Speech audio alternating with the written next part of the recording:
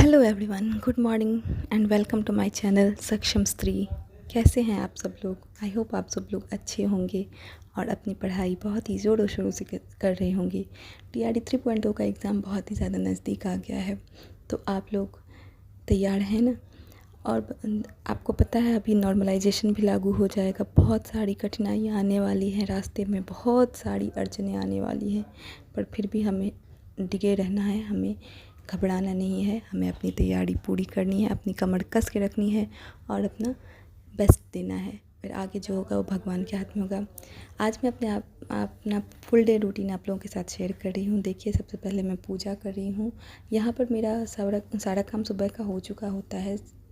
School office सबका काम हो चुका होता है। घर में झाड़ू पोछा कपड़े वगैरह सब धुल चुके होते हैं और अभी मैं पूजा करी नहा के। फिर इसके बाद मेरा बच्चा भी सो रहा होता, छोटा वाला, तब तक मैं चैन से पहले पूजा कर लेती हूँ। उसके बाद जैसे जिस दिन टाइम मिलता है उस दिन वैसे करते हैं, क्योंकि मैं तो अकेली हूँ, कोई और हेल्प करने के लिए है नहीं, तो मुझे सब कुछ करना होता है मैनेज, और पढ़ाई भी उसके साथ करनी ही होती है। तो आपको पता ही है कि इतना ज़्यादा तो हम पढ़ाई कर नहीं सकते हैं, क्योंकि बच्चा हमें परेशान करता है, ये तो है, लेकिन फिर भी हम टाइम बचा बचा के जो भी होता है कर लेते हैं। अब ये जो अभी नॉर्मलाइजेशन वाला प्रोसेस शुरू हुआ है कि 5 सेट बनाए जाएंगे, हर एक सेंटर पे अलग अलग सेट भेजे जाएंगे। पता नहीं इसमें किसका लक कितना काम आएगा और किसके खाते में जाएगा नौकरी। बहुत ज़्यादा डर लग रहा है, पर अब क्या कर सकते हैं। जो सरकार का आदेश है उसे मानना ही पड़ेगा। जो BPSC के चेयरमैन ने बोला है उसे तो हमें मानना ही पड़ेगा, हमारे पास और कोई ऑप्शन नहीं है। पहले मैं बैंकिंग का एग्ज़ाम देती थी तो उसमें नॉर्मलाइजेशन होता था, तो वो मुझे बहुत बेकार लगता था कि मान लो आप ऐसे क्वेश्चन सेट ही क्यों करते हो कि आपको किसी को टफ़ देना है, किसी को ईज़ी देना है, फिर उसको इसके हिसाब से नंबर बढ़ाओ फिर घटाओ। बढ़ाओ तक तो ठीक है, किसी के नंबर कम जो हो जाते हैं वो बहुत ही ज़्यादा दुख देने वाली बात हो जाती है। फिर देखिए, अगर आप 60 नंबर का भी बना के आई हैं तो फिर आपका 80 नंबर भी मिल सकता है अगर आपका टफ़ पेपर है तो, और अगर आपका पेपर इजी आया हुआ है तो आपके 60 से कम भी हो जाएंगे। ऐसे में हमें एक्चुअल नहीं पता चलता है कि हमारे साथ हुआ क्या है, हम कितना बना के आए, हमें कितना मार्क्स मिला, ये एक्चुअली पता ही नहीं चल पाता है हमें। तो ये सबसे गंदी सी बात हो जाती है इसमें। पर अब क्या कर सकते हैं। अब मुझे तो लगता है पता नहीं ये लोग क्या करना चाहते हैं। ये कोई लीक से बचाने का कोई तरीका थोड़ी ना हुआ। बाकी सब जगह भी ये 5-6 सेट जैसे नीट के पेपर में भी होता है, तब भी वहाँ पे लीक हो ही जाता है। तो इसका मतलब ये थोड़ा ना कि आप ऐसे करो। आप ऑनलाइन एग्ज़ाम कर देते, कंप्यूटर बेस्ड लेते, CBT एग्ज़ाम लेते तो समझ में भी आता। लेकिन ये आप पेन पेपर वर्क करा रहे हो, उसे 5-6 सेट बना के और उसके बाद फिर आप सबका वो करोगे कि नॉर्मलाइजेशन से लागू करोगे, पर ये सब सही नहीं लगता है। आपको एक जैसा ही क्वेश्चन पेपर देना चाहिए था जैसे अब तक देते आ रहे थे, बस अपना थोड़ा सा विभाग में तंदुरुस्ती बरतते।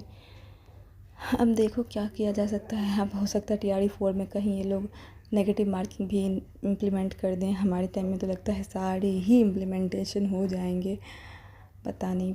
घबराहट तो बहुत हो रही है, और साइंस के लिए क्या पढूं समझ में भी नहीं आ रहा है। पूरा 6 to 10 पढ़ना तो पॉसिबल नहीं है, कैसे पढूं और कितना पढूं समझ में भी नहीं आ रहा। पता नहीं, जो भी पहले पढ़ा हुआ है वो सब तो भूल जाते हैं हम। इतने सालों बाद तक कौन याद रखता है, किसको याद रहता है।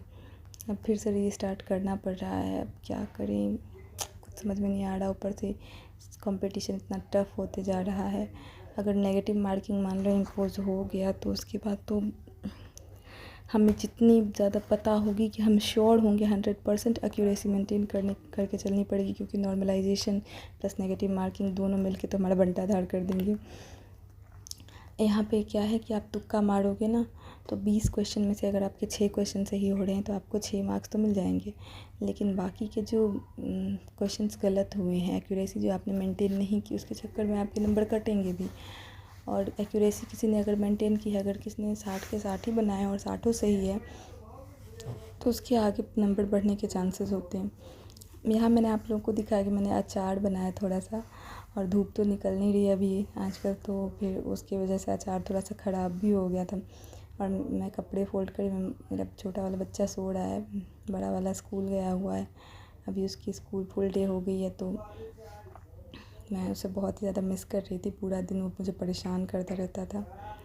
और कपड़े फ़ोल्ड कर रही हूँ यहाँ पे मैं हर रोज़ कपड़े नहीं धो पाती हूँ, क्योंकि मुझे कहीं ना कहीं से तो टाइम बचाना ही पड़ेगा ना पढ़ाई के लिए। क्या कर सकते हैं, कुछ ना कुछ काम इग्नोर करना ही पड़ेगा। ये पीछे मैंने दीवार पे देखो कलाकारियाँ कर रखी है। जब मैं अपने बच्चे के साथ खेलती रहती हूँ तो मैं भी बच्ची ही बन जाती हूँ। कैसे मैंने लोटस बना रखा है, देखो कितना बड़ा सा। और सब मुझे इसके लिए डांटे भी थे, पर फिर भी क्या कर सकते हैं, मेरी अपनी कलाकारी जाती नहीं है। और देखो मेरा छोटा बच्चा उठ गया, मुझे परेशान कर रहा है। चैनल को सब्सक्राइब ज़रूर कर लीजिएगा और वीडियो अगर अच्छा लगे तो लाइक कर दीजिएगा और शेयर कीजिएगा। Thank you.